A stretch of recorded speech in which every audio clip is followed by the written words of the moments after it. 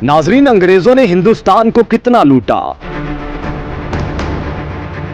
बादशाह जहांगीर का दरबार सजा हुआ है और आज उनके जन्मदिन के मौका पर मुगल बादशाहों की रवायात के मुताबिक उनको सोने और जवाहिरात में तोला जाना है। ये मंजर एक अंग्रेज सफीर अपनी आंखों से देख रहे हैं और वो हैरानो परेशान है कि हिंदुस्तान तो सोने की चिड़िया है। नाजरीन, ये एक मुख्तसर सी कहानी है सर थॉमस रो की, जो एक अर्जी लेकर बादशाह जहांगीर के दरबार में हाजिर होता है। बादशाह जहांगीर हुक्म जारी करते हैं कि इस सफीर को इसके वजन के मुताबिक तौलकर सोना और चांदी दिया जाए। ये हुक्म सुनते ही बरतानिया के इस चालाक सफीर ने हाथ जोड़कर कहा कि बादशाह सलामत, अगर आप मेरी तशरीफ आवरी पर इतना खुश हुए हैं और इतना इनाम अता कर रहे हैं तो मुझे ये इनाम और इकराम नहीं चाहिए।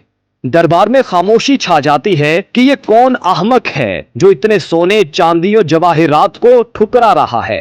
सर थॉमस रो अपनी बात को जारी रखते हुए कहते हैं कि बादशाह सलामत, मुझे कुछ नहीं चाहिए, बस आलम पनाह मेरे मुल्क बरतानिया को अपने मुल्क हिंदुस्तान के साथ तिजारत करने की इजाजत दे दें। बादशाह जहांगीर ने बेअतनाई से इजाजत दे दी। शायद ये इंसानी तारीख का सबसे अहमकाना फैसला था, क्योंकि सर थॉमस रो की इस ईस्ट इंडिया कंपनी ने भारत को यूं लूटा कि इसकी मिसाल नहीं मिलती। ईस्ट इंडिया कंपनी ने भारत में ऐसी धाक बिठाई जिसके असरात बड़े सगीर पर आज भी मौजूद हैं। सर थॉमस रो की भारत से मुसलसल कोशिशों और अनथक मेहनत ने ईस्ट इंडिया जैसी छोटी सी कंपनी को भारत के साथ आसान शराइत पर तिजारत करने पर राजी कर लिया।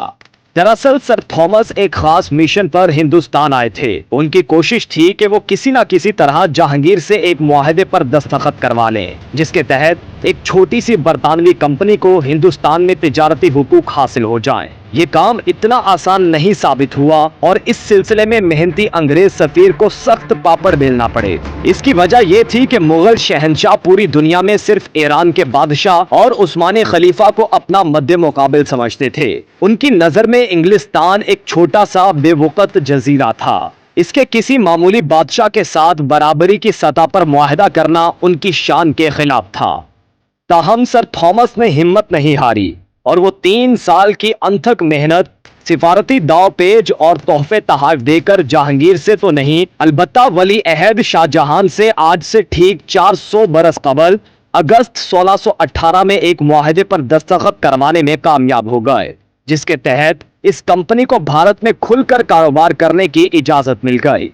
ये पहला मौका था कि मुगल हुकूमत ने बराह रास्त एक यूरोपीय मुल्क के साथ बाकायदा तिजारती मुआहदे करके उसकी एक कंपनी को मरात दी थी और यूं उसे हिंदुस्तान में कदम जमाने का परवाना मिल गया। ईस्ट इंडिया कंपनी भारत में महज कारोबार करने नहीं आई थी, बल्कि उनकी नजर भारत के उन वसाइल पर थी जो उनके सफीर ने बादशाह जहांगीर के दरबार में देखे थे। इस बरतानवी कंपनी की साजिश और भारत पर राज करने में इनको यूं तो सैकड़ों साल लग गए, लेकिन इस साजिश की कामयाबी ने भारत में कोहराम बर्पा कर दिया। बादशाहों के दरबार में चापलूसी और उनकी आपस में जंगे करवाकर ईस्ट इंडिया कंपनी ने भारत में अपने कदम जमाना शुरू कर दिए। लेकिन सवाल यहाँ ये पैदा होता है कि एक छोटी सी तिजारती कंपनी बड़े सगीर पाको हिंद पर किस तरह गालिब आ गई।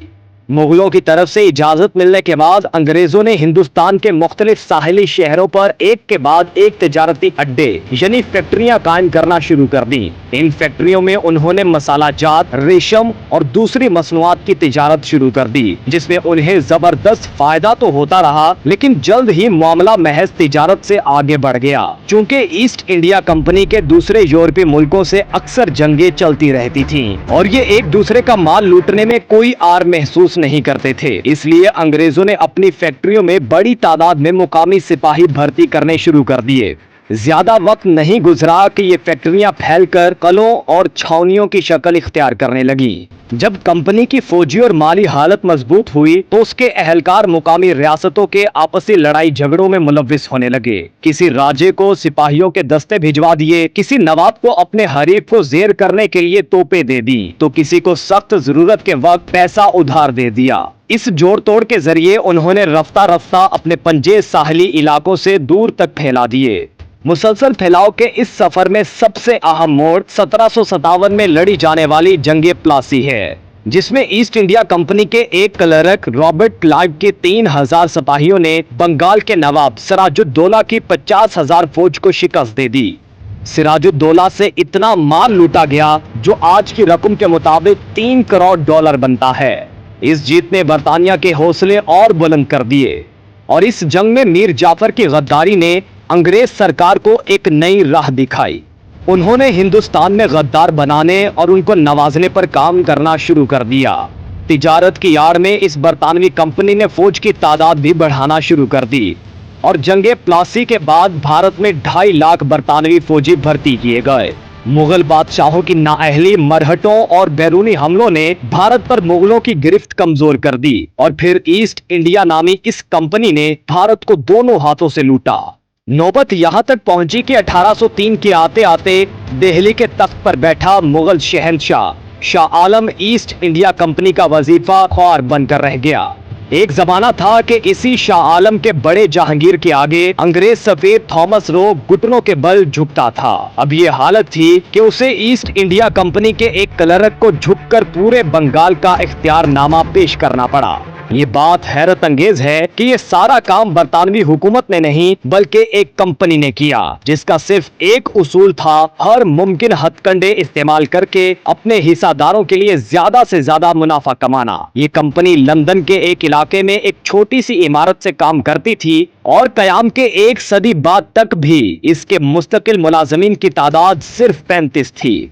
लेकिन इसके बावजूद दुनिया की तारीख में कोई कंपनी ऐसी नहीं गुजरी जिसके पास इस कदर ताकत हो। ईस्ट इंडिया कंपनी ने भारत को कैसे लूटा, इसके हकाइक जानकर आप हैरान रह जाएंगे। नाजरीन, इस कंपनी के गलबे से पहले औरंगजेब आलमगीर के दौर में हिंदुस्तान दुनिया का अमीर तरीन मुल्क था और दुनिया की कुल GDP का 1/4 हिस्सा पैदा करता था, जबकि इसी दौरान इंग्लिस्तान का हिस्सा सिर्फ 2% था। हिंदुस्तान की जमीन जरखेज और हर तरह के वसाइल से मालामाल थी और लोग मेहनती और हुनरमंद थे। यहाँ पैदा होने वाले सूती कपड़े और मलमल की मांग दुनिया भर में थी, जबकि जहाजरानी और स्टील की सनत में भी हिंदुस्तान का कोई सानी नहीं था। ये सारी सूरत हाल जंगे प्लासी के बाद बदल गई और जब 1947 में अंग्रेज यहाँ से गए तो सिकंदर के बरक्स इनकी झोली भरी हुई और हिंदुस्तान के हाथ खाली थे। 1700 में इंडिया तने तनहा दुनिया की 22.6% दौलत पैदा करता था, जो तमाम यूरोप के मजमूई हिस्से के तकरीबन बराबर थी। लेकिन यही हिस्सा 1952 में गिरकर सिर्फ 3.8% रह गया। 20वीं सदी के आगाज पर ताजे बरतानिया का सबसे दरख्शां हीरा दर हकीकत फीकस आमदनी के हिसाब से दुनिया का गरीब तरीन मुल्क बन गया था। नाजरीन, अब इस सवाल की तरफ आते हैं कि अंग्रेजों के 200 साला इस्तेहसाल ने हिंदुस्तान को कितना नुकसान पहुंचाया।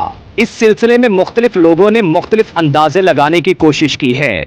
इनमें से ज्यादा तरीन कयास माहिर मुआशियात और सहाफ़े मिनहाज मर्चेंट की तहकीक है। इनके मुताबिक 1757 से लेकर 1947 तक अंग्रेजों के हाथों हिंदुस्तान को पहुंचने वाले माली धचके की कुल रकम 2015 के ज़र मुबादला के हिसाब से 30 खरब डॉलर बनती है। जरा 1 मिनट रुककर इस रकम का अहाता करने की कोशिश करें। इसके मुकाबले पर नादर शाह बेचारे को दिल्ली से सिर्फ 143 अरब डॉलर लूटने पर इक्तफा करना पड़ी थी। नाजरीन, 400 साल पहले जहांगीर के दरबार में अंग्रेज सफीर को शक गुजरा था कि आया वाकई हिंदुस्तान इतना अमीर है कि इसके शहंशाह को सोने, चांदी और हीरे जवाहरात में तोला जा सकता है, और कहीं दूसरे पलड़े में दरबारियों ने रेशम की थैलियों में पत्थर तो नहीं डाल दिए।